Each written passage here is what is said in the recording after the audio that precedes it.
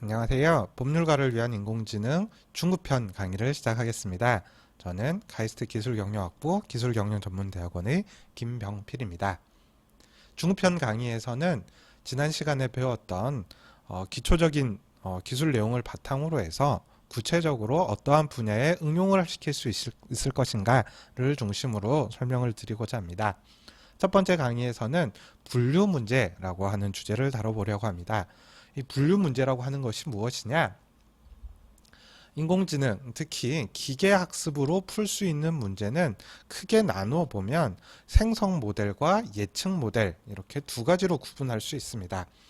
생성 모델은 여기서 보는 것처럼 글, 그림, 음악 이렇게 우리가 보고 듣고 느낄 수 있는 뭔가를 만들어내는 것이지요. 미디어를 통해서는 이런 생성 모델의 기술들이 많이 소개되기 때문에 인공지능 기술이다 라고 하면은 이렇게 뭔가를 만들어내는 것이다 라고 생각하기 쉬운데요. 산업상으로 더 많이 활용이 되는 것은 사실은 예측 모델입니다. 예를 들어서 의료 분야에서 인공지능 기술을 쓴다라고 하면 여기서 보는 것처럼 엑스레이 사진을 보고 어떠한 병이 있는지 없는지를 이렇게 분류해내는, 예측해내는 작업들을 하게 되겠지요. 그래서 이 예측 모델은 좀 더 세분화시켜보면 분류 문제와 회귀 문제로 나눠볼 수 있습니다.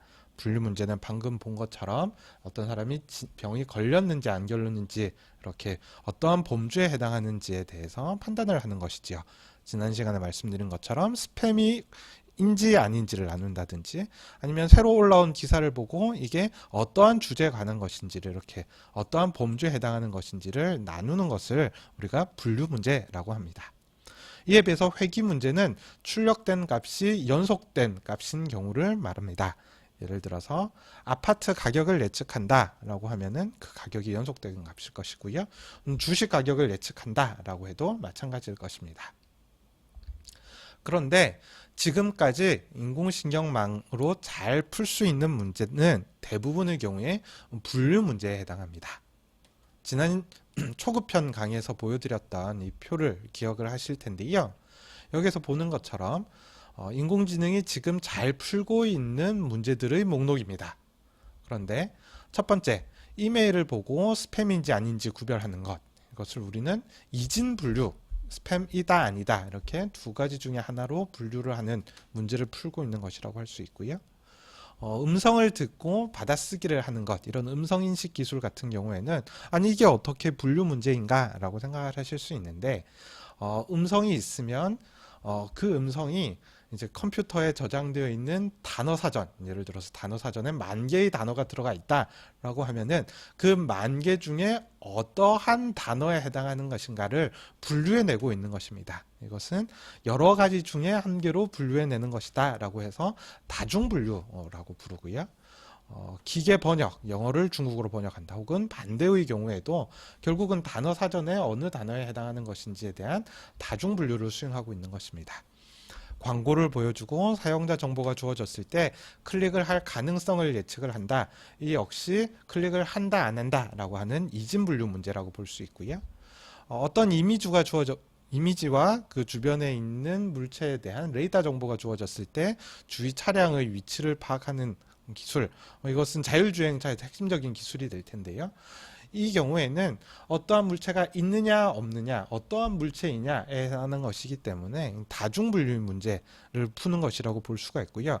물론 그 물체의 좌표 같은 경우에는 이게 연속된 값, X축, Y축, Z축 이렇게 연속된 값에서 나오는 것이기 때문에 이것은 다중분류와 회귀가 결합되어 있는 문제다라고 볼 수 있겠습니다. 공장에서 제품 사진을 보고 하자가 있는지를 판단하는 것 당연히 이진분류 문제입니다. 여기에서 보는 것처럼 이제 인공신경망 기술을 이용을 한다라고 하는 것은 많은 경우 분류 문제로 문제를 정식화한 다음 그 분류 문제를 풀고 있는 것이다라고 할 수가 있겠습니다. 그러면 이번 강의에서는 아주 간단한 이진 분류 문제의 예를 보고 이 분류 문제를 어떻게 풀 수 있는지 살펴보겠습니다. 정말 간단한 문제로 종량의 크기가 얼마나 크면 악성이라고 볼 수 있을까라고 하는 문제를 보겠습니다.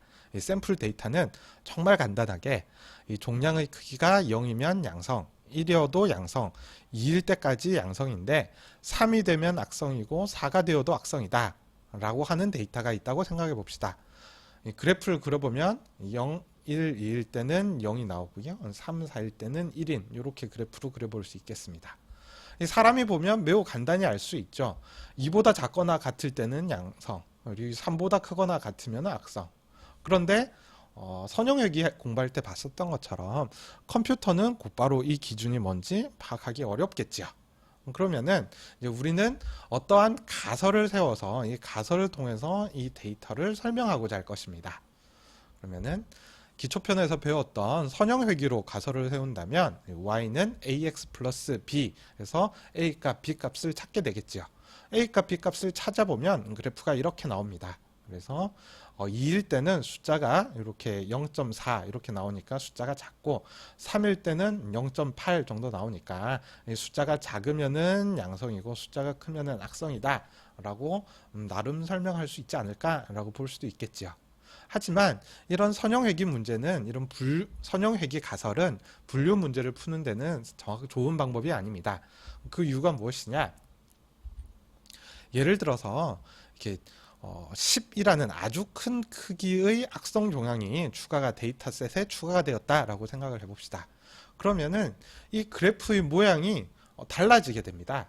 그래서 3일 때는 0.4 뭐 이렇게 작은 값으로 이렇게 예측을 하기 때문에 정확도가 떨어지게 되는 거죠. 딱 봐도 이렇게 선형회귀 직선의 방식으로는 이런 데이터를 분류해내는 게는 적절하지 않다라고 생각이 드실 겁니다. 그러면 우리가 이 선형 그 이진분류 문제를 풀기 위해서는 어떻게 해야 되느냐? 더 나은 가설이 필요할 텐데요. 사람들이 예전에 통계학자들이 만들어낸 가설은 여기에서 보는 것처럼 로지스틱 회귀라고 하는 방법입니다. 용어가 어렵다라고 생각할 수도 있는데요. 별로 어렵지 않습니다. 로지스틱 회귀라고 하는 방식은 시그모이드 함수라는 함수를 이용을 해서 가설을 세우는 것입니다. 이렇게 S자 형태로 되어 있는 것을 시그모이드 함수라고 부르고요.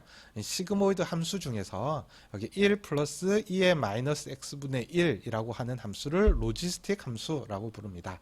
이 로지스틱 함수라는 함수를 쓰기 때문에 로지스틱 회귀라고 부릅니다. 이 함수를 처음 딱 봤을 때는 아니 이게 왜 이렇게 복잡해? 라고 생각을 할 수 있는데 사실은 이 시그모이드 함수 혹은 더 구체적으로 이 로지스틱 함수라고 하는 것은 세상을 설명하는데 매우 요긴한 함수입니다. 예를 들어서 여러분들 아침에 일어나서 샤워하실 때 수도꼭지를 돌려보지 않습니까? 그러면은 수도꼭지를 돌렸을 때 한참 계속 차가운 물이 나오다가 일정한 시점에 물이 갑자기 확 뜨거워지죠. 그 다음부터는 계속 돌려도 뜨거운 물이 지속됩니다. 이처럼 세상 일은 한참 동안은 변화가 없다가 일정한 시점에서 급격하게 변화가 이루어지고 그 이후엔 또 변화가 없는 이 시그모이드 함수의 형태로 모델링을 할 수 있는 경우가 많습니다. 어떤 인구학자 중에서는 인구의 증가도 이런 시그모이드 함수로 모델링한 경우가 있었습니다. 짧은 시간에 인구가 급격히 증가를 하고 전환기를 거쳐서 인구가 더 이상 증가하지 않는 상황에 도달하게 된다라고 하는 거죠. 그러면은 이제 분류 문제를 풀기 위해서 이 시그모이드 함수를 어떻게 사용할 수 있을까? 우리가 세우는 가설은 이렇게 됩니다. 로지스틱 회귀 모델의 가설 y는 1 플러스 2의 마이너스 ax 플러스 b 분의 1 복잡해 보이는데 이런 함수를 이용을 해서 가설을 세웠다라고 생각을 하면 되겠습니다. 그래서 이 로지스틱 회귀 모델의 가설에서는 A값, B값이 달라짐에 따라서 그래프 모양이 달라집니다. 마치 선형 회귀에서 y는 ax 플러스 b의 A값, B값에 따라서 그래프 값이 이렇게도 됐다가 이렇게도 됐다가 이렇게도 됐다가 이 그래프 모양이 막 달라지게 되고 우리는 데이터를 가장 잘 설명하는 A값, B값을 찾는 것이 바로 선형 회귀 혹은 일반화시켜서 기계학습의 과정이라고 했었습니다. 이 로지스틱 회귀의 경우에도 전혀 다르지 않습니다. 그래서 A값, B값을 막 바꿔보면 이 그래프가 달라지게 되는데 A값이 바뀌면 그래프가 급격하게 올라가기도 하고요. A 값이 달라지면 그래프가 완만하게 올라가기도 합니다. 또 B 값이 달라지면 그래프가 옆으로 이렇게 이동을 하기도 합니다. 제가 이제 A 값, B 값을 여러 개를 테스트를 해봤는데 찾아봤더니 이제 이렇게 A 값이 10이고 B 값이 마이너스 25이면 이 주어진 데이터를 잘 설명하는 그래프가 나오게 됩니다. 이런 함수의 경우에는 이 극단적인 데이터 그런데 이름이 로지스틱 회귀라고 되어 있어서 이게 회귀 문제를 푸는 것이 아니냐라고 잘못 생각하실 수 있는데요. 이 로지스틱 회귀는 역사적인 이유에서 로지스틱 회귀라는 이름이 붙어 있지만 분류 문제를 푸는 방법입니다.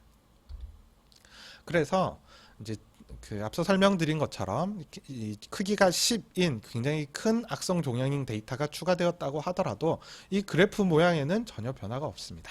그래서 극단적인 데이터가 추가되어도 괜찮고요. 누가 보더라도 아까 봤던 이 선형 회귀보다 이 로지스틱 회귀의 그래프가 이 데이터를 훨씬 더 잘 설명하고 있다라는 걸 알 수가 있겠습니다.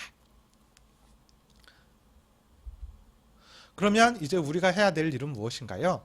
주어진 데이터에 대해서 이 데이터를 가장 잘 설명하는 A값, B값을 찾는 거죠.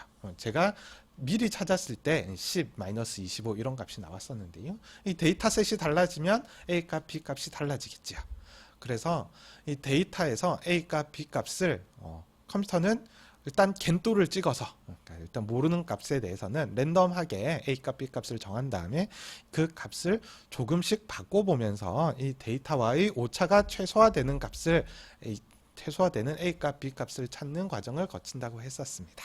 이게 바로 분류 문제를 기계학습의 방법으로 해결하는 방법이라고 할 수 있겠습니다.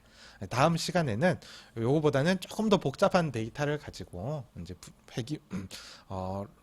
그 분류 문제를 로지스틱 회귀로 어떻게 푸는지 설명을 드리도록 하겠습니다.